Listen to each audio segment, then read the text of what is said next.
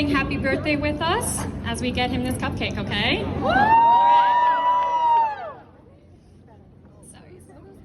All right, y'all, here we go. 1, 2, 3. Happy birthday to you. Happy birthday to you. Happy birthday, dear Beto. Happy birthday to you.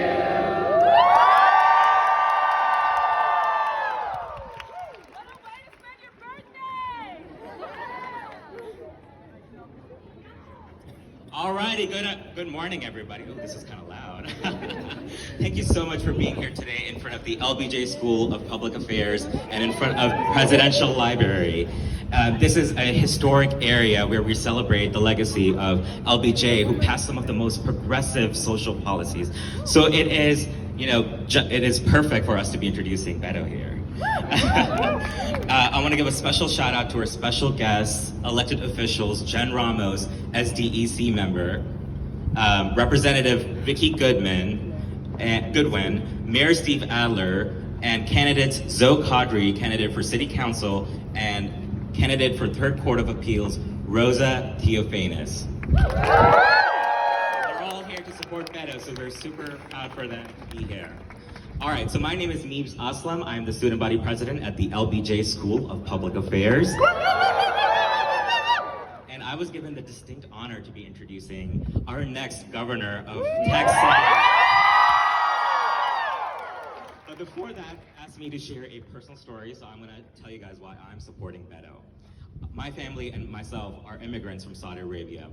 It is one of the last absolute monarchies and religious theocracies in the world. So when I moved to Texas as a child, I was proud to become an American citizen because I believed in the sanctity of democracy and the separation of church and state and in equality for all. And over the last few years, I've been horrified by the rhetoric coming out of our state capitol under Abbott's leadership. Like when Texas legislature proposed 72 anti-LGBTQ bills this very last session, accounting for 1/3 of all of those anti-LGBTQ bills in the nation. When Greg Abbott called special session after special session, not to fix the grid, not to protect kids from being gunned down in schools, and not to expand healthcare, but to pass laws that discriminate on LGBTQ kids based on, and I quote, sincerely held religious beliefs. So it really broke my heart because that's not the story of Texas. Ours is the legacy of LBJ, of Barbara Jordan. And in that spirit, I wanna say a quote by our late LBJ professor, Barbara Jordan, and she said, "What the people want is very simple. They want an America as good as its promise." And I invoke their legacy when I tell you that Beto O'Rourke is a leader who exemplifies that very spirit of LBJ, of Texans like Barbara Jordan. And he's a champion for people he's a champion for people, and he comes out on his 50th birthday to celebrate. While we have a sitting governor who does not take live questions, who does not come out and engage with the youth, and who does not listen to the concerns of so many Texans who are tired.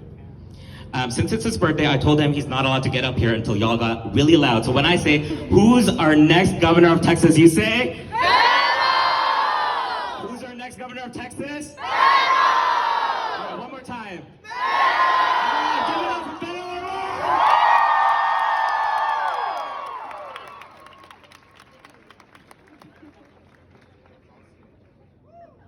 All right, UT Austin. Let's hear it for Isabel and Meebs getting us started off. Corinne and these fellows for the birthday cupcake. And a reminder that I was born on this day 50 years ago. 1972. Personal computer had not yet come into existence. The automobile was just coming into fashion. It was really kind of a different world.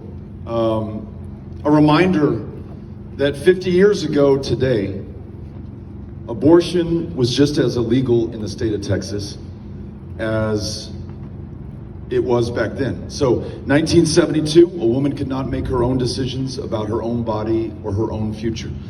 In 2022, a woman cannot make her own decisions about her own body, her own future, right here in the state of Texas. But it's worth knowing our history. In 1972, Texas women did not wait for someone to come ride to the rescue and save the day. They weren't counting on some outside force or power to confer protection for this right that is fundamental and is a right that every single human being should be able to enjoy. In fact, Jane Roe, a Texas woman, Linda Coffey, her attorney, Sarah Weddington, her other attorney, from bright blue Abilene, Texas, prevailed upon an all-male United States Supreme Court to protect that right to privacy, to ensure that women could make very personal and often very painful decisions without any interference from their government. That Roe versus Wade decision, won by Texas women in 1973, the year after, stood the test of time for nearly half a century. And from that decision, so many other rights gained the protection that too many of us perhaps have taken for granted. The right to contraception, the right to same-sex intimacy, overcoming and defeating the sodomy laws in states like Texas, the right to marriage equality, to be able to live your life with the person of your choice. It wasn't anyone from outside of this Texas who made the people of Texas able to enjoy their lives as they should. It was the very people of Texas, led by the women of this state. Here's my thinking on this. If the women of Texas won these rights 50 years ago, it's going to be the women of Texas who win them back in 2022. And it's a reminder that the challenges that we face today, so extraordinary, and we may be tempted to think unprecedented, we can overcome them. And we know that because we've overcome them before against much longer odds. Meebs was talking about the fact that we stand in the shadow of LBJ, figuratively and maybe literally, in terms of who these buildings are named for. And we like to credit him, as we should, for signing into law not just the Civil Rights Act of 1964, but the Voting Rights Act of 1965. But how did he get there? For me, at least, the story begins much earlier in El Paso, Texas, my hometown. Any El Pasoans here? All right. El Chuco. 99 years ago in El Paso and in Austin and in every other county in this state, it suddenly became illegal for African Americans to vote. Now, it wasn't tell us how many bubbles are in this bar of soap, or the number of jelly beans in this jar, or recite the Texas state constitution in order to be able to win the right to vote. Literally in black and white, in statute passed by a majority of state legislators, and then signed by the governor of this state in 1923, it read that if you were black, you could not vote. There's this black physician in El Paso who, in the next year, 1924, nonetheless pays his poll tax. This guy named Dr. Lawrence Nixon. And goes to fire station number 5, the same polling location at which he had voted every single election of his life. He never missed one. He was as civically engaged as a human being could have been at that time, especially if you were a black man in the former Confederacy. Pays his poll tax, goes to that polling station, waits in line patiently, probably getting strange looks from people because they understand that his ability to vote has been taken away. Gets to the front of the line, puts his receipt on the table, says, "I would like to vote." And the election judges there say, Dr. Nixon, they know him by name and by sight because he is always there every election. "Dr. Nixon, you know that we can't let you vote." And Nixon says, "I know you can't, but I've got to try." He fights the white primary law in Texas for the next 20 years of his life, taking his case to the United States Supreme Court and winning 2 victories there, and setting the stage for the Smith versus Allwright decision in 1944 that finally began to integrate our elections in the state of Texas. a job that was not finished until LBJ 20 years later is listening to the young people in this country and finally finds the power to do the right thing. As I mentioned, he signs the Civil Rights Act in 1964. Dr. King and Andrew Young visit him at the end of that year in the Oval Office, and they said, "Great work, Mr. President. Now we got to get to voting." Because in Texas, in Mississippi, in Alabama, in Georgia, so many of those that you purport to serve and represent as president do not have a voice or a vote in what we call a democracy. Now let's do something about it. And the president is said to have told them, "Gentlemen, you're right. But given what we just did with the Civil Rights Act, how in the world are we going to get this done? I don't have the power." And as they leave, Dr. King turns to Young and he says, "We got to go out there and get the president some power." What they did over the course of the next 6 months is work with, engage with, and I'm going to make this point, follow the lead of young people just like you who are willing to march, sit in, go to jail, and we're talking 12, 13, and 14-year-olds who are willing to lose their freedom, and Lord only knows what would happen to them behind those bars, in those cells, to stand up and fight for the right to vote.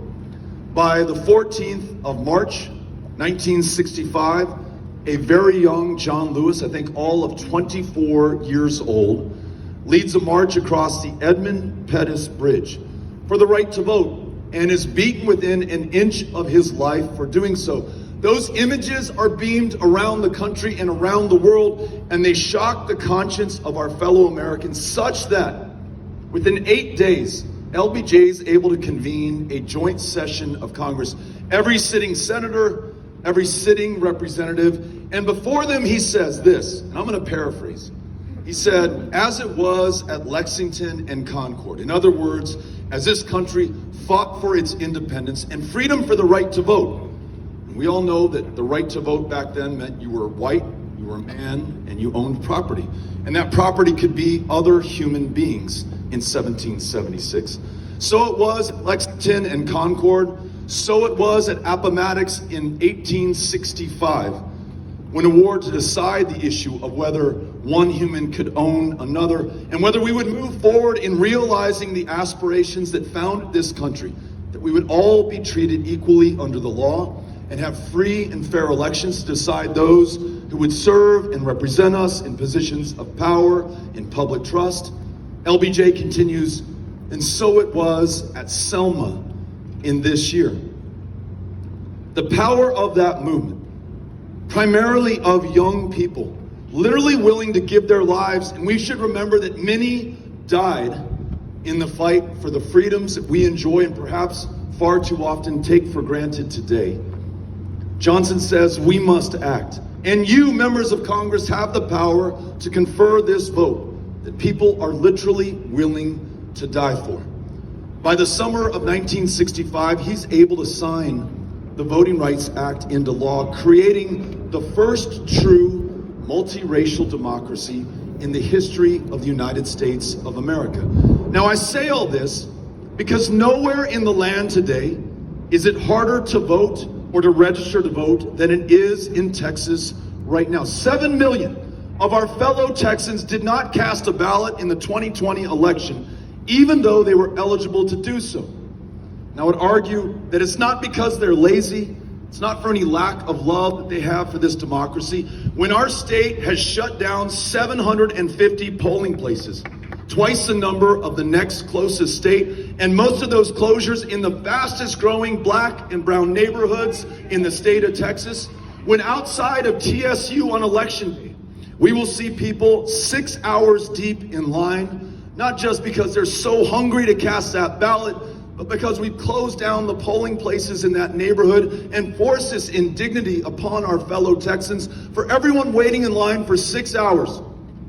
How many are working a job or 2 jobs or 3 jobs to get by, or raising their kids or taking care of their parents, or who say, the hell with that, I'm not waiting 6 hours in my own democracy to cast my ballot? A racial gerrymander that has drawn Texans out based on their race or their their ethnicity to keep them from voting or to reduce the power of their vote. One ballot drop-off location per county, including in one like Harris that has more people in it than the entire state of Nevada in the midst of a pandemic that killed 100,000 of our fellow Texans. And this March of this year, in this so-called democracy, 13% of the ballots cast by mail were rejected. If we were watching the news tonight and the anchor says in Venezuela or in Cuba, they had elections today. In Russia, they had elections today. 13% of the ballots cast were rejected. We'd say, you know what, that checks out. Those places aren't real democracies. They are not like us. Well, today, that is who we are. A 95-year-old World War II veteran.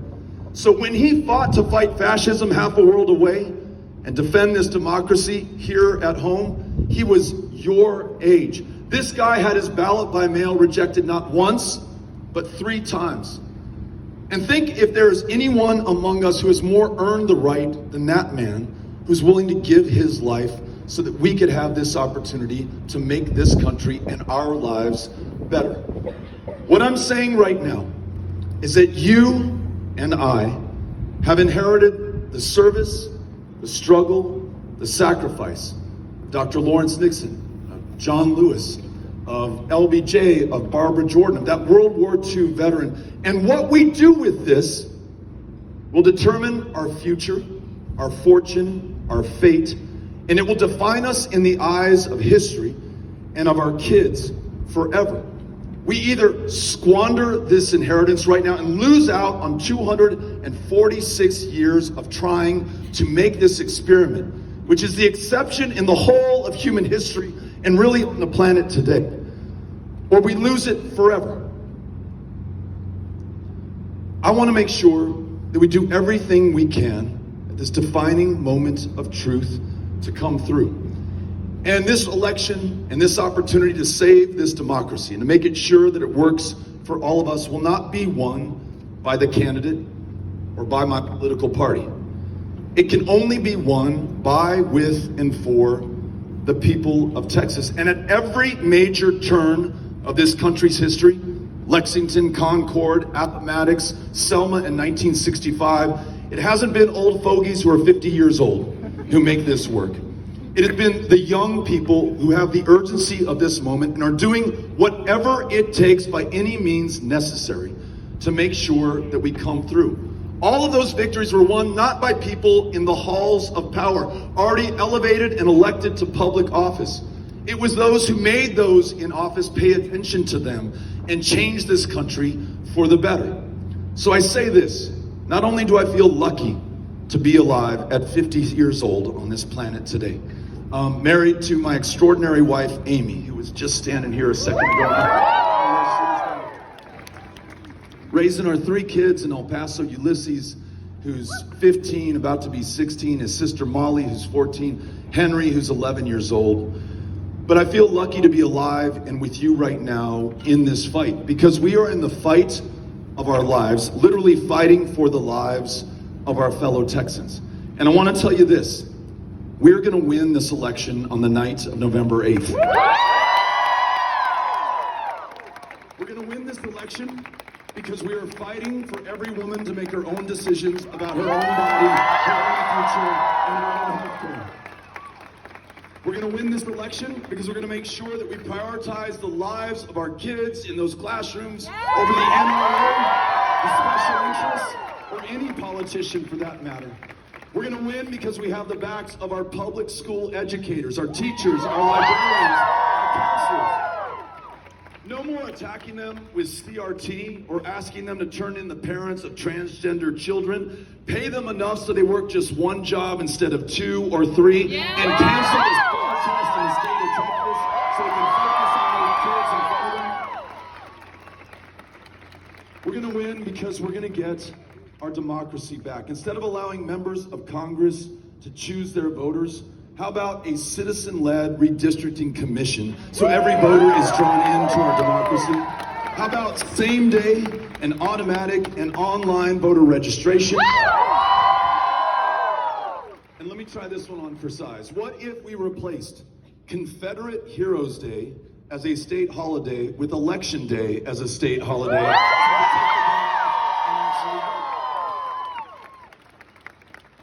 But in order to do all of this, we together must decide that we will be a match for this moment.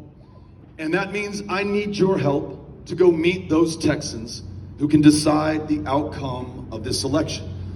If you have a friend who has yet to be registered to vote and is not yet on the rolls, the deadline is October 11th. That tent right over there, we have volunteer deputy registrars who will get you on the rolls right now. Those 7 million Texans who were eligible to but did not cast a ballot in 2020, to put that into perspective, when we ran for Senate in 2018, we only lost by 216,000 votes. There's 7 million out there whose voices we have yet to hear from, whose votes have yet to be counted. They are the very targets of this voter suppression, voter intimidation effort in the state of Texas. If you will sign up with me today, and we've got volunteers wearing yellow reflective vests, and they're all around the perimeter of this event. I don't see any of them right now, but if you've got a yellow vest on, raise your hand so folks here can see you.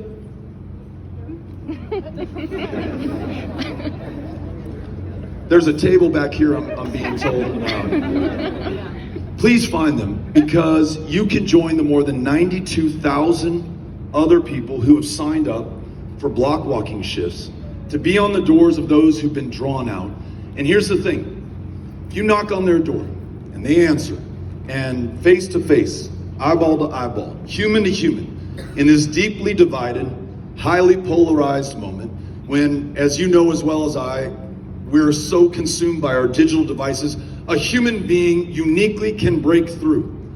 And in your own words, from your own heart, you describe the stakes of this election, why it's the most important of your lifetime and mine. I guarantee you, that person that you meet is far more likely to vote than they otherwise would have been. And here's the kicker. The very people who've been targeted for this suppression, this intimidation, the very people who Greg Abbott thought he had drawn out of this democracy, they will provide the margin of victory when we win this on November 8th. You all with me on this? Thank you for welcoming us so warmly, so early on a Monday morning, celebrating my 50th birthday with me, and winning this election for the state of Texas. Muchísimas gracias.